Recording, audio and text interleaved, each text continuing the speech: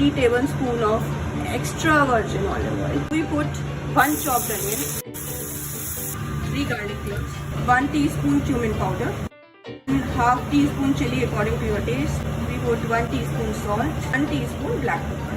So we have all the spices in place now. And blend all the tomatoes in a mixer and give it a mix. You can see my previous videos to figure out how to make the poached eggs perfect. Wow, it has become like the perfect red color. Put some crumbled feta cheese. I prefer to use the Dairy Craft feta cheese. Now it's time to put our poached eggs in their place. Close the lid for some time